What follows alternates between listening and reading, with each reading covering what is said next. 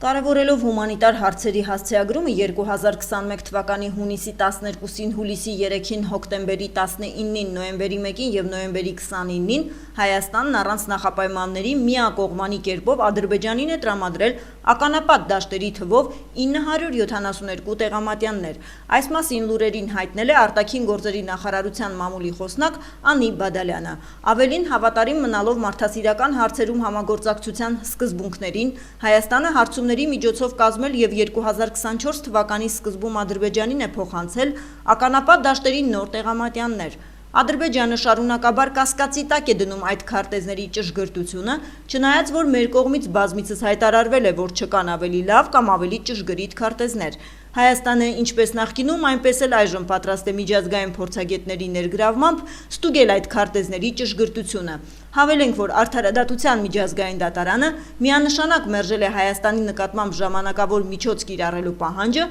որով Ադրբեջանը Հայաստանին մեղադրում էր ականապատումների մեջ, նշել է նա։ Վարչապետ Նիկոլ Փաշինյանի գլխավորությամբ կառավարությունում տեղի է ունեցել ոստիկանության բարեփոխումները համակարգող խորհրդի նիստը։ Որակարգի շրջանակում քննարկվել է ոստիկանության բարեփոխումների 2024-2026 թվականների ռազմավարական ծրագրի իրականացման ընթացքը։ Ներքին գործերի նախարար Արփինե Սարգսյանը նախ անդրադարձել է ռազմավարական ծրագրի գերակայություններին եւ ներկայացրել այն աշխատանքները, որոնք իրականացվել են այդ ուղղություններով։ Նրա ներկայացմամբ իրականացված միջոցառումներն ուղղված են եղել քաղաքացիական վերահսկողության ներքո գործող ոստիկանության կառուցվածքային եւ ֆունկցիոնալ համակարգի վերջնական ձևավորմանը, մարդկային ռեսուրսների կառավարման ինստիտուցիոնալ նոր մոտեցումների ներդրմանը, բարեվարկության ամրապնդման ու հանրային հաշվետվողականությանը, կրթական միջավայրի բարելավմանը, արդի մարտահրավերներին դիմակայող պրոֆեսիոնալ ոստիկանական համակարգի ձևավորմանը, ոստիկանական ծառայությունների շրջանակներում մարդու իրավունքների եւ ազատությունների պաշտպանության պատշաճ ապահովմանը, ոստիկանության հանդեպ հանրային վստահության աստիճանի լավարկմանը, ինչպես նաև մատուցվող ծառայությունների որակի բարելավմանը։ Նշվել է, որ ռազմավարական ծրագրի կատարողականը թվային տվյալներով հետևյալն է. 2024 թվականի համար նախատեսված 25 միջոցառումից կատարվել է 24-ը, մեկը կատարվել է մասնակի։ Անդրադարձ է կատարվել նաև թվայնացման ոլորտում իրականացված աշխատանքներին, նշվել է, որ սահմանվել են հանրային ծառայությունների մատուցման որակի չափորոշիչները, մշակվել է ներքին գործերի նախարարության, ներքին անվտանգության եւ հակակոռուպցիոն վարչության 2025 թվականի տարեկան միջոցառումների ծրագիրը, իրականացվել է շենքային պայմանների համալիր վերլուծություն, մեկնարկել եւ իրականացվում է մարդկային ռեսուրսների կառավարման բարեփոխումների ծրագիրը։ Արփինե Սարգսյանը նշել է, որ արդեն գործում է ներքին գործերի նախարարության նորաստեղծ կրթահամալիրը քաղաքացիական կառավարմամբ, որը դիտարկվում է նաև որպես հետազոտական հաբ։ Բարեկային ծառայության զարգացման ուղղությամբ իրականացված աշխատանքների արդյունքում այն գործում որպես արտաքին ծառայության նոր եւ ժամանակակից մոդել։ Ներկայացվել է, որ իրականացված միջոցառումների արդյունքում նվազել է ճանապարհատրանսպորտային պատահարների ընդհանուր թիվը, աճել է իրավախախտումների բացահայտումը։ Միջոցառումներն իրականացվել նաև քրեական ոստիկանության ու համայնքային ոստիկանության զարգացման, օպերատիվ աշխատանքի արդյունավետության բարձրացման ուղղությամբ։ Վերափոխվել է ոստիկանության զորքերը, ձևավորվելու է ոստիկանության գվարդիան։ Ըստ 2024 թվականի անցկացված հարցումների, ոստիկանության նկատմամբ հանրային վստահության մակարդակը կազմում է 72%։ Նիստի ընթացքում ներկայացվել են տարբեր դիտարկումներ եւ առաջարկություններ ոստիկանության բարեփոխումներին ուղղված միջոցառումների, մասնավորապես ոստիկանության ինստիտուտի գործունեության կատարելագործման եւ կարողությունների բարելավման վերաբերյալ։ Ամփոփելով քննարկումը, վարչապետ Նիկոլ Փաշինյանը կարևորել է բարեփոխումների գործընթացի շարունակականությունը, հիմնվելով իրականացված միջոցառումների արդյունքների վրա։ Նա նաև ընդգծել է գաղափարախոսական ուղերձի կարևորությունը բարեփոխումների իրականացման ճանապարհին։ Շատ կարևոր է, թե պետությունը ինչ է ասում իր ոստիկանին, իր աշակերտին, իր քննիչին, իր պաշտոնյային։ Գաղափարախոսական աշխատանքը շատ կարևոր է, այդ թվում նաև քաղաքացի ոստիկան հարաբերությունների առումով, նշել է վարչապետը։ Նախագահ Վահագն Խաչատուրյանի ապրիլի 4-ի հրամանագրով Մհեր Մարգարյանը հետ է կանչվել Միավորված ազգերի կազմակերպությունում Հայաստանի Հանրապետության մշտական ներկայացուցչի պաշտոնից։ Նախագահի մեկ այլ հրամանագրով Պարույր Հովհաննիսյանը նշանակվել է Միավորված ազգերի կազմակերպությունում Հայաստանի Հանրապետության մշտական ներկայացուցիչ։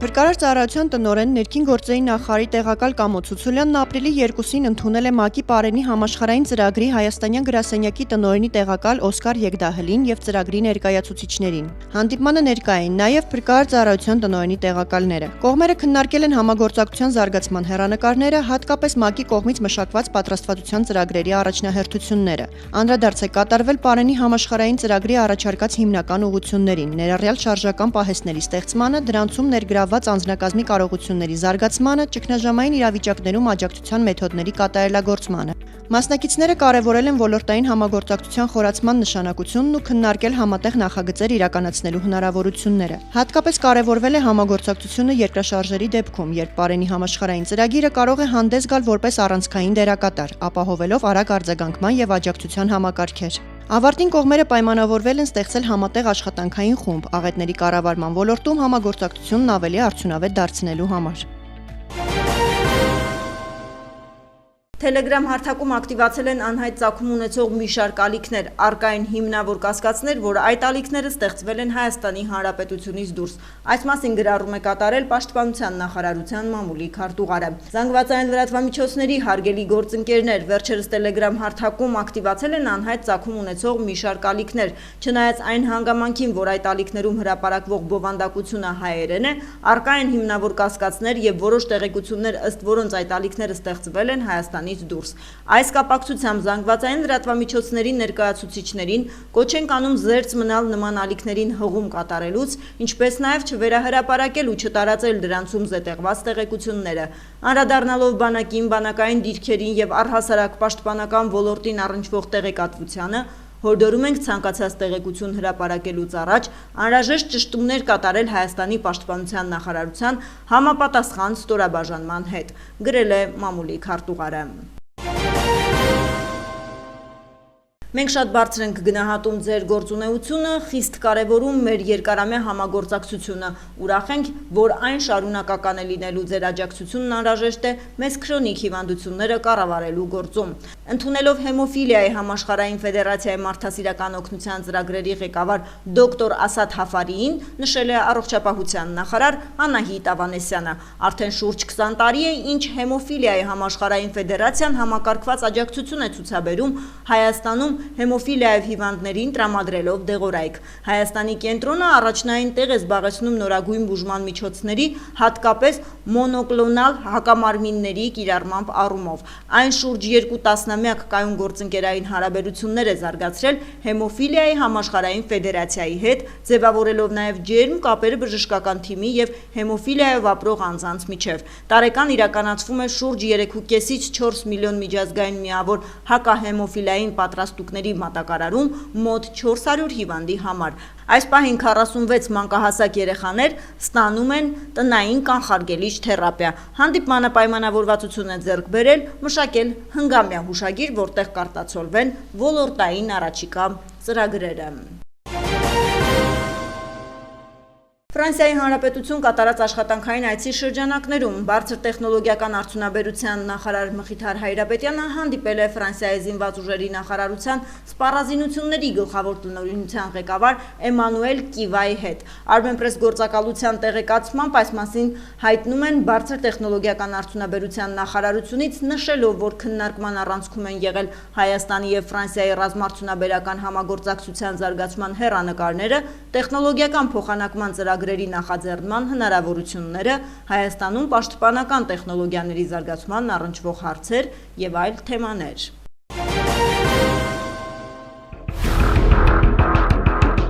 Սոցիալական տարբեր կայքերում բազմաթիվ են տարատեսակ, այսպես ասած, գայթակղիչ հայտարարությունները, որոնցով քաղաքացիներին առաջարկում են կատարել արտարժույթի, մասնավորապես ռուբլու փոխանակում առավել բարձր արժեքով, քան տարադրամի փոխանակման կետերում։ Խարդախության սխեման հետևյալն է. հանցավորները նախ վարձում են թանկարժեք ավտոմեքենա, որի վարորդին պատվիրում են գնալ երկկողմանի ելումուտ ունեցող առևտրի որևէ կենտրոնի տարածք։ Արտարժույթ փոխանակել ցանկացող անձին եւս խնդրում են մոտենալ նույն վայր։ Հեռախոսակապի միջոցով հանդիպեցնում են վարձույթով ավտոմեքենայի վարորդին եւ արտարժույթ փոխանակել ցանկացող անձին, որին հանցավորը նախապես ասած է լինում, թե ինքն իբրև շատ զբաղված է եւ գումարը կվերցնի իր մտերիմը, նկատի ունենալով վարորդին, որը առևտրի կենտրոնի տարածքում կփոխանակի գումարն ու կվերադառնա։ Ուստի անհրաժեշտ է գումարը տալ նրան ու սպասել ավտոմեքենայում։ Վարորդը վերցնում է փոխարկվող գումարը, մտնում է առևտրի կենտրոն եւ չի վերադառնում։ Խարդախի ծուղակում հայտնված անձը թանկարժեք ավտոմեքենայում սպասելով չի էլ մտածում, որ դա վարձույթով վերցված է կամ էլ վարորդն էլ ամենևին էլ հանցավորի մտերիմը չէ։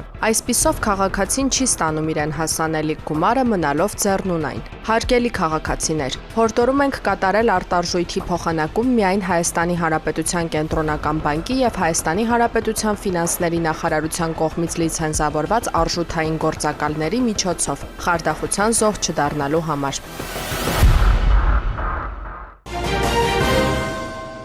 Այս տարվա առաջին եւ երկրորդ եռամսյակների համար շրջանառության հարկի դաշտում գործող առքովաճառք իրականացնող տնտեսվարողներն աջակցություն կստանան։ Ծրագրի նպատակը շրջանառության հարկի համակարգի վերանայման անցումային փուլում տնտեսվարողներին աջակցելն է։ Շրջանառության հարկի դրույքաչափը 5%-ից դարձել է 10%, բայց միևնույն ժամանակ պետք է հիշել, որ ծախսերի մասով նվազեցումների չափը ևս փոխվել է, 4%-ից դարձել է 9.5%։ Եվ քանի որ 2024 թվականին կատարված ձեռքբերումների մասով շրջանառության հարկից նվազեցումն արդեն կատարվել է 4%-ի չափով, այդ ապրանքները 2025 թվականին իրացնելիս կառավարության սահմանած 6 ամսյա անցումային փուլում տնտեսվարողները կկարողանան աջակցություն ստանալ։ Տնտեսվարողը կարող է ստանալ աջակցություն, վճարված շրջանառության հարկի գումարի եւ առևտրական գործունեության մասով եկամուտների 5%-ի տարբերության չափով։ Բացի այդ, տնտեսվարողը կարող է ստանալ լրացուցիչ աջակցություն, վճարված շրջանառության հարկի գումարի եւ իրացման շրջանառության 1.5%-ի չափով, եթե ունի մինչեւ 2025 թվականը կատարված ձեռքբերումների մասով հարկի գումարից չնվազեցված եւ փոխանցված գումար։ Սակայն պետք է հիշել, որ լրացուցիչ աջակցության գումարը չի կարող ազանցել այդ փոխանցված գումարի 1.375 պատիկը։ Դիցուկ, եթե առքովաճառք իրականացնող տնտեսվարողն այս տարվա առաջին եռամսյակում 900,000 դրամի եկամուտ է ստացել, ունի 100,000 դրամի չափով ծախսեր եւ 20,000 դրամի չնվազեցված հարկի գումար, ապա շրջանառության հարկն այս պահին գործող դրույքաչափով կկազմի 60,500 դրամ։ Աջակցության գումարը կհաշվարկվի վճարման ենթակա շրջանառության հարկի գումարի եւ եկամտի 5%-ի տարբերության չափով, կազմելով 15,500 դրամ։ Բացի այդ, տնտեսվարողը որպես լրացուցիչ աջակցություն կկարողանա հետ ստանալ նաև շրջանառության հարկի եւ իրացման շրջանառության 1.5%-ի տարբերության չափով գումար, բայց այդ գումարը չպետք է գերազանցի չնվազեցված հարկի գումարի 1.375 պատիկը։ Արդյունքում ընդհանուր աջակցության գումարը կկազմի 43,000 դրամ։ Ծրագրից օգտվելու համար տնտեսվարողն էլեկտրոնային եղանակով դիմում է ներկայացնելու հարկային մարմին։ Առաջին եռամսյակի համար դիմումը պետք է ուղարկել մինչև մայիսի 10 ներառյալ, երկրորդ եռամսյակի համար մինչև օգոստոսի 1 ներառյալ։ Դիմումին կից տնտեսվարողը ներկայացնելու է նաև այս տարվա հունվարի 1-ի դրությամբ ապրանքային մնացորդի մասին տեղեկություններ։ Որպեսզի տնտեսվարողը օգտվի աջակցության ծրագրից, պետք է բավարարի մի քանի չափանիշների։ Մասնավորապես 2024 թվականի ընթացքում պետք է իրականացրած լինի առևտրական գործունեություն։ 2024 թվականի դեկտեմբերի 31-ի դրությամբ, ինչպես նաև 2025 թվականի առաջին եւ երկրորդ եռամսյակների ընթացքում պետք է հանդիսացած լինի շրջանառության հարկ վճարող եւ վճարած լինի այդ եռամսյակների մասով առաջացած շրջանառության հարկի գծով պարտավորությունները։ Բացի այդ, պարտադիր պայման է նաև, որ տվյալ եռամսյակում շրջանառության հարկի գումարը գերազանցի առևտրային շրջանառության 5%-ը կամ մինչև 2025 թվականի հունվարի 1-ը կատարված ծախսերի մասով ունենա շրջանառության հարկի գումարից չնվազեցված ու փոխանցված գումար։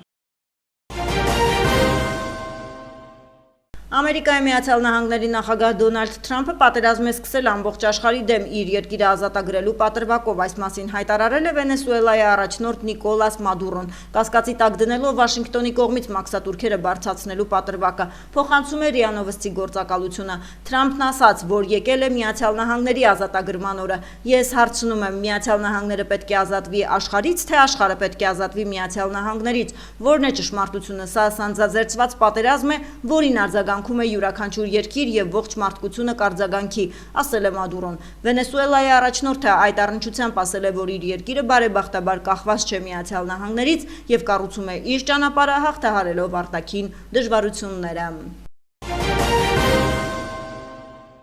Մյանմարում ավերիչ երկրաշարժի զոհերի թիվը հասել է 3354-ի, 4850-ը վիրավորվել է, 220-ը անհետ կորել, փոխանցում է Reuters գործակալությունը։ Մյանմարի ռազմական կառավարության ղեկավար ավագ գեներալ Մին Աունգ Հլայնգը մայրաքաղաք է վերադարձել հազվադեպ արտասահմանյան ուղևորությունից հետո, որպեսզի Բանգկոկում մասնակցի հարավային եւ հարավարևելյան Ասիայի երկրների գագաթնաժողովին, որտեղ նա առանձին հանդիպումներ է ունեցել նաեւ Թայլանդի, Նեպալի, Բութանի, Շրի Լանկայի եւ Հնդկաստանի ղեկավարների հետ։ Մոդին կոչ է արել Մյանմարի երկրաշարժից հետո քաղաքացիական պատերազմում հրադադարը մշտական դարձնել եւ հայտարարել, որ ընտրությունները պետք է լինեն համապարփակ եւ վստահելի։ 2021 թվականին Նոբելյան դափնեկիր Աուն Սան Սու Չժիի ընտրված քաղաքացիական կառավարության տապալումից ի վեր զինվորականները պայքարում են Մյանմարի կառավարության համար, սակայն տնտեսությունը եւ հիմնական ծառայությունները ներառյալ առողջապահությունը ավերվել են, իսկ իրավիճակն ավելի է խորացել մարտի 28-ի երկրաշարժից հետո։ Հեղաշրջմանը հաջորդած քաղաքացիական պատերազմը ըստ ՄԱԿ-ի տվյալների հանգեցրել է ավելի քան 3 միլիոն մարդու տեղահանության, սննդի համատարած պակասի, իսկ բնակչության ավելի քան 1/3-ը մարդասիրական օգնության կարիք ունի։ Այս տարվա ամենալավ կողմը ցրտահարություններ չեղան եւ չեն սպասվում, գրել է հիդրոթերապևտաբանության եւ մոնիտորինգի կենտրոնի տնօրենի տեղակալ Գագիկ Սուրենյանը։ Նա հայտնում է, որ այս տարվա ապրիլին օդի ամսական միջին ջերմաստիճանը հանրապետության ողջ տարածքում կանխատեսվում է կլիմայական նորմայից բարձր 1-ից 2 աստիճանով, տեղումների քանակը նորմայի սահմաններում, այսինքն սպասվում է տաք ու բավարար տեղումներով ապրիլ։ Սուրենյանը նշում է, որ ապրիլին գերակշռելու է հարավային լայնություններից ներթափանցող պրոցեսները, բայց չի բացառվում, որ հատկապես ամսվա վերջին օրերին ունենանք արկտիկական ցուրտ հոսանքների ներխուժում։ Փրկարար ծառայությունից տեղեկացնում են, հանրապետության տարածքում ավտոճանապարհներն հիմնականում անցանելի են։ Փակ են Արագածոտնի մարզում Ամբերտ բարձր լեռնային օդերևութաբանական կայանից Քարիլիչ եւ Ամբերտ ամրոց տանող ավտոճանապարհները։ Վարորդներին խորհուրդ է տրվում երթևեկել բացառապես ձմեռային անվադողերով։ Ստեփան-Ծմինդալարս ավտոճանապարհը բաց է բոլոր տեսակի տրանսպորտային միջոցների համար։ Հիդրոթերապևտաբանության եւ մոնիտորինգի կենտրոնից հայտնում են, հանրապետության մարզերում ապրիլի 6-ից 10-ին առանձին շրջաններում օրվա ընթացքում սպասվում է կարճատև անձրև, հնարավոր է նաեւ ամպրոպ, քամին հարավ-արևմտյան 2-ից 5 մետր/վայրկյան արագությամբ։ Ապրիլի 6-ից 10-ին առանձին շրջաններում սպասվում է քամու ուժ գնացում մինչև 20 մետր/վայրկյան արագությամբ։ Օդի ջերմաստիճանը ապրիլի 5-ից 3-ը նվազել է 2-ից 3 աստիճանով, ապրիլի 6-ից 3-ը կբարձրանա նույնքան։